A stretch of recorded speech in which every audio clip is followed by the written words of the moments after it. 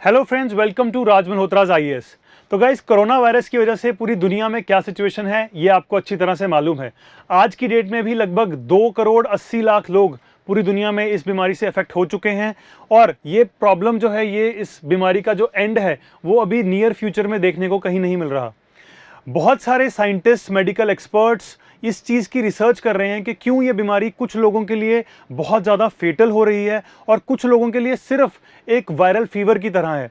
अभी recently L university में एक स्टडी कैरी आउट की गई है जिस स्टडी का एंड रिजल्ट ये निकला है कि कुछ लोगों के अंदर ये बीमारी ब्रेन को इफेक्ट कर रही है और क्योंकि ये उनके ब्रेन को इफेक्ट कर रही है, उनका बचना या उनकी जो रिकवरिंग रेट है वो बहुत कम हो रहा है उन लोगों के लिए और उन केसेस में ये बीमारी जो है फेटल प्रूव करी जा रही है।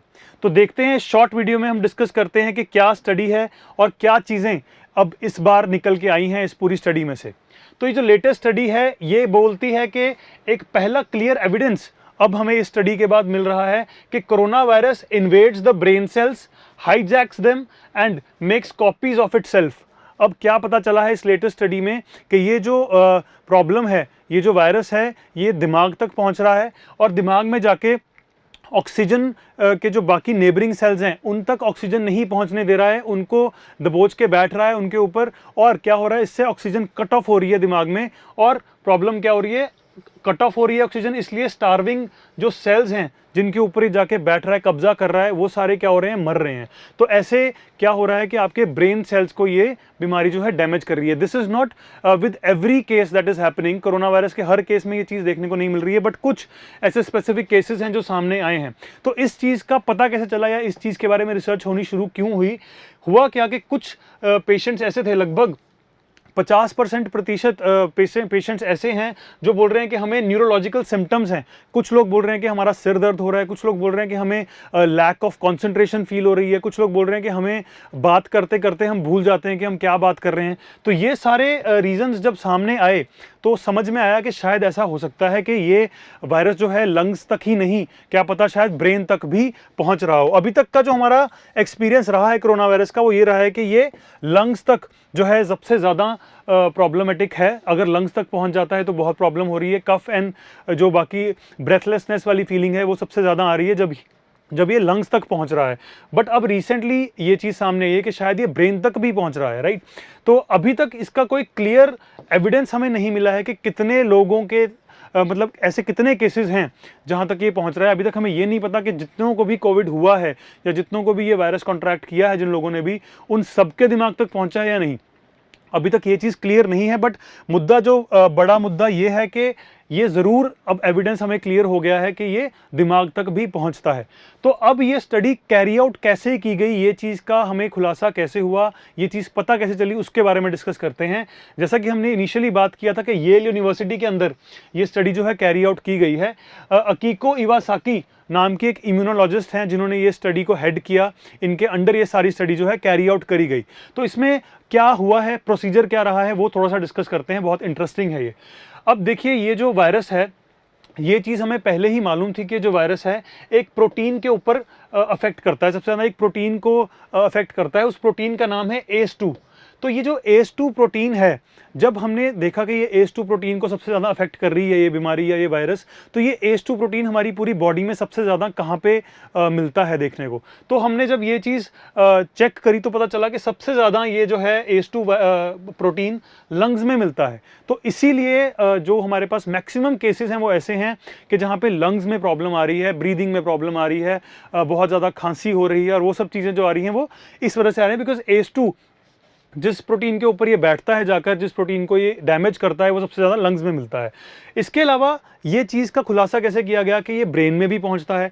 तो इस चीज़ को करने के लिए जो मेडिकल टीम है उसने दो मेडिकल एक्सपेरिमेंट्स के लिए माइस होते हैं उनको रखा और क्या किया, बहुत इंटरेस्टिंग वे में किया। उसके जो प्रोटीन था ACE2, एक माइस के दिमाग में ACE2 प्रोटीन डाला, उसके लंग्स में वो चीज़ नहीं थी। और एक माइस, जो दूसरा माइस था, उसके सिर्फ लंग्स में ACE2 प्रोटीन डाला, उसके दिमाग में वो प्रोटीन नहीं था, राइट। तो एक के दिमाग में था और एक के लंग्स में था, और दोनों को ही कोविड फीड किया गया, दोनों तक कोरोना वायरस जो है पहुंचाया गया। तो जब उनको एक हफ्ते के अंदर अंदर उनकी मेडिकल कंडीशंस को चेक किया गया कि किसको किस तरह से अफेक्ट किया है, तो लगभग 6 दिन में जो वो ऐसा माइस था जिसके माइंड में ACE2 प्रोटीन था, जिसके ऊपर कोविड ने अटैक किया, उसकी 6 दिन में ही डेथ हो गई थी, राइट। और जो दूसरा था जिसके लंग्स में वो चीज़ डाली गई थी, वो फिर भी उसको रिकवरिंग फेज में था, राइट। तो यहाँ पे क्लियरली लिखा हुआ है, when they introduce the virus into these mice, the brain infected mice rapidly lost weight and died with in 6 days. लगभग 6 दिन में ही वो जो जानवर था बेचारा, वो अपनी ज़िंदगी से हाथ धो बैठा। और जो लंग इन्फेक्टेड था, ना तो उसका वेट लूज़ हुआ, ना ही कोई ऐसा हमें सिम्टम उसमें देखने को मिला कि कल को ये एक फैटेलिटी में कन्वर्ट हो सकता है। तो इससे अब काफ़ी चीज़ें जो हैं क्लियर हो गई कि ये पक्का है, अगर ये दिमाग तक पहुंचेगा तो ये बहुत ही फेटल वायरस जो है बन के रह सकता है। आज की डेट में हम देख रहे हैं कि बहुत सारी जगह पे जो है फैटेलिटी रेट बहुत कम है, राइट। तो हो सकता है उन जगहों पे इसका जो वायरस का स्ट्रेन हो वो सिर्फ लंग्स तक ही पहुंच रहा हो, वो ब्रेन तक ना पहुंचे। बट काफ़ी सारे लोग ऐसे हैं जो ऐसे सिम्टम्स लेके आ रहे हैं कि हमारा सिर दर्द हो रहा है बहुत ज़्यादा, ये सब चीज़ें हैं, तो उन चीज़ों में हमें स्पेशल ध्यान रखना पड़ेगा।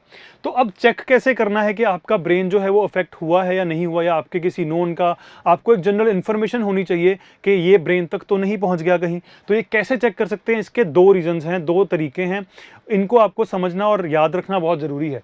अगर पेशेंट न्यूरोलॉजिकल या साइकेट्रिक सिम्टम्स दिखा रहा है, फॉर एग्जांपल न्यूरोलॉजिकल सिम्टम्स मतलब बहुत ज़्यादा हेडेक हो रहा है, जैसा कि हम अभी पहले बात कर रहे थे, अगर कुछ कन्फ्यूजन हो रही है, बात करते करते आप बात करना भूल रहे हो, आपको मेमोरी लॉस हो रहा है, डिलीरियम जैसे कुछ सिम्टम्स आपको दिख रहे हैं, तो उस केस में ये एक कहीं ना कहीं आप फिगर आउट कर सकते हो कि शायद ये ब्रेन पे अटैक कर रहा है। और इमीडिएटली अगर आपने इसको वेरीफाई करना है तो ब्रेन इमेजिंग टेक्निक्स का आपको सहारा लेना पड़ेगा। ब्रेन इमेजिंग टेक्निक्स क्या होते हैं?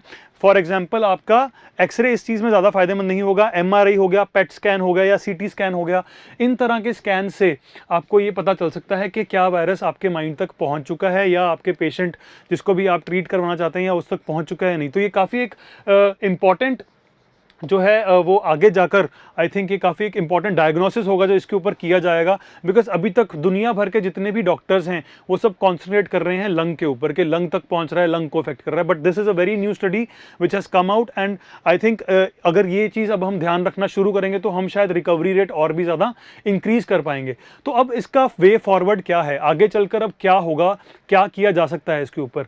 तो वे फॉरवर्ड सबसे पहले रिसर्चर्स क्या कर रहे हैं, वो ऑटोप्सी सैंपल्स इकट्ठे करेंगे, राइट। ऑटोप्सी सैंपल्स को चेक करके ये देखेंगे कि कितने ऐसे लोग हैं जो इस बीमारी की वजह से जिनकी जान गई है, वो इतने ऐसे लोग थे जिनकी दिमाग तक ये वायरस पहुंच गया था। वो ऑटोप्सीज करी जाएंगी, उनको बहुत अच्छे लेवल पे कैरी आउट किया जाएगा। जब वो देख लेंगे, एक परसेंटेज हमारे सामने आ जाएगी। सपोज करो पता चलता है कि 0.1% ही ऐसे लोग थे जिनके ब्रेन को इसने अफेक्ट किया, तो फिर ये एक बहुत बड़ा एक प्रॉब्लम शायद ना हो। बट अगर पता चलता है कि 20% या 30% लोगों तक ये ब्रेन में अफेक्ट कर रहा है, तो शायद ये एक बहुत बड़ी रेवोल्यूशन, एक बहुत बड़ी स्टडी हो जाए। इसको फिर इस चीज़ के सिम्टम्स को पढ़ना और भी ज़्यादा इंपॉर्टेंट हो जाए। तो क्योंकि अभी ऐसा लग रहा है कि ये बीमारी हमारा साथ बहुत जल्दी नहीं छोड़ेगी, लगभग ऑलरेडी हमें अब 7-8 महीने ऑलरेडी हो चुके हैं, या इवन ज़्यादा हो चुके हैं इस बीमारी से जूझते हुए। तो गॉड नोज हम कब इस चीज़ से फ्री हो पाएंगे। But this is a new study which has come out, and I think it is equally important for all of us.